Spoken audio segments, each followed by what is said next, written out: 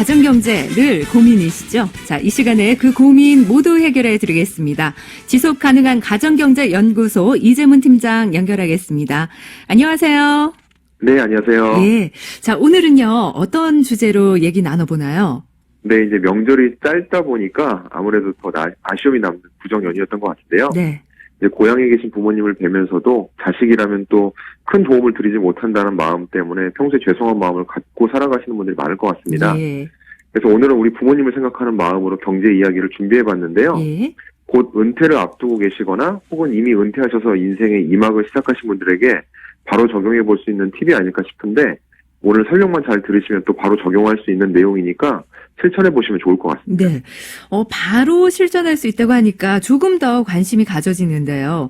어르신들에게 도움이 될 만한 팁, 어떤 것들이 있을까요? 네, 오늘은 2019년에 혜택이 종료되는 5천만 원 한도의 비과세 종합저축을 안내해 드리려고 하는데요. 재무관리에 관심이 많은 분들은 뭐니 해도 세금 줄이는 게 가장 확실한 방법이다. 이런 말씀을 많이 하시는데 네. 그렇기 때문에 비과세나 절세 상품에 또 많은 관심을 갖고 계십니다. 예. 예를 들어서 적금을 들었을 때 우리한테 10만 원의 이자가 생겼다라고 하면 여기에 이제 보통 15.4% 세금을 과세하기 때문에 즉 10만 원이라고 하면 15,400원 정도는 세금을 내게 되는데요. 오늘 소개해드릴 비과세 종합저축은 5천만 원까지는 세금이 없습니다. 네.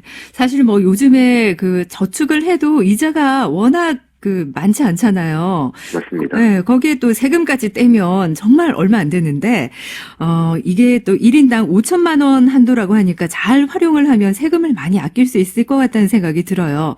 네. 이 상품이 은퇴를 앞두고 있는 분들에게만 적용이 되나요?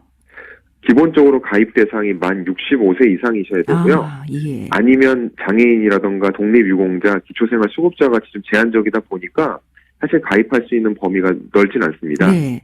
이제 게다가 이 제도는 2019년에 종료가 되기 때문에 올해 같은 경우는 만 64세인들까지도 가입은 가능합니다. 예. 이제 보통 비과세라고 이름을 붙이는 상품들은 일정한 기간을 채워야 또 요건이 충족되다 보니까 가입 전에 이게 나한테 좋은 상품인지 신중하실 필요가 있는데 이번에 소개해드리는 비과세 종합저축은 기간과 상관없이 한 달만 맡겨도 비과세 혜택이 적용되기 때문에 무조건 이용하시는 게 좋을 것 같습니다. 예, 무조건 이용하는 게 좋다라는 말을 사실은 뭐 자주 할 수 있는 얘기는 아니잖아요. 그렇죠. 이게 또 2019년에 종료가 되기 때문에 서두르시는 게 좋을 것 같아요. 은퇴하신 분들이 좀 많이 활용하면 좋을 것 같은데요. 자, 그러면 이 제도 어떻게 활용하는 게 좋나요? 네, 이자에 대한 세금을 내지 않는다면 이왕이면 금리가 높은 상품을 고르는 게 좋겠죠. 그럼요. 예, 다시 말씀을 드리면 금리가 가장 높거나 수익이 많이 날 걸로 예상되는 통장을 비과세로 지정하는 게 좋습니다. 네. 이제 오늘 소개해드리는 비과세 종합저축은요, 딱 어떠한 금융 상품을 이야기하는 게 아니라 앞에서 말씀드렸던 연령 등의 조건이 맞게 되면 금융 상품이든지 비과세 한도 5천만 원을 세금을 내지 않는 기능을 부여받는 개념이기 때문에 여러 가지 방법으로 활용이 가능합니다. 예. 많은 분들이 비과세라고 하면 보통의 어떤 보험 상품을 떠올리게 되는데 이게 지금 오늘 소개해 주시는 거는 그 상품에 제한을 두지는 않나 보네요. 네, 맞습니다. 많은 분들이 지금 말씀하신 대로 비과세하면 대부분 보험을 떠올리거나 예금, 적금 정도를 많이 생각을 하시는데요. 주식이나 채권 같은 상품도 금융상품에 따라서는 배당소득이나 이자소득 같은 게 생기다 보니까 비과세로 활용을 하실 수가 있습니다. 예. 따라서 내가 가지고 있는 자산이 어떤 것이 있는지를 체크한 뒤에 가입하시는 게 좋겠는데요. 그리고 또 많은 분들이 헷갈려 하시는 것 중에 하나는 비과세 저축이다 보니까 수시로 입출금하는 통장은 당연히 안 되겠거니 생각하시는 분들도 많이 계시는데요. 생각보다 당장 지금 저축을 따로 할 여력이 없거나 현재 사용하는 통장 말고 따로 통장을 개설할 계획이 없다고 하시는 분들도 지금 현재 사용하고 계시는 수시 입출금 통장을 비과세 통장으로 개설하면 물론 이자는 작겠지만 발생한 그 이자 소득세를 아낄 수 있겠습니다. 네. 자, 그러면 이런 사실을 모르고 기존에 가입한 상품이 있는 분도 계실 텐데요. 이럴 때도 소급 적용이 되나요? 안타깝게도 그렇지 않습니다. 예. 이제 기존의 상품이 소급 적용이나 전환해서 가입하는 건 안 되다 보니까 지금 신규 가입만 가능하고요. 따라서 앞으로 얼마나 이 통장을 오래 가져가실 건지를 좀 따져보시는 게 필요한데 네. 만약에 오랫동안 가져갈 계획이라고 한다면 해지하고 재가입하는 것도 괜찮다고 생각을 합니다.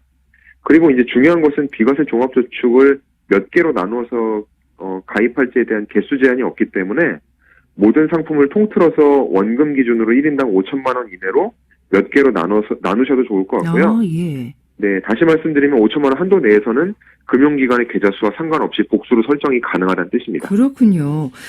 그러면 이 보험 같은 상품은 어떻게 되나요? 제가 알기로는 보험은 가입하고 오랫동안 유지를 해야 그 비과세 혜택을 받을 수 있는 걸로 알고 있거든요.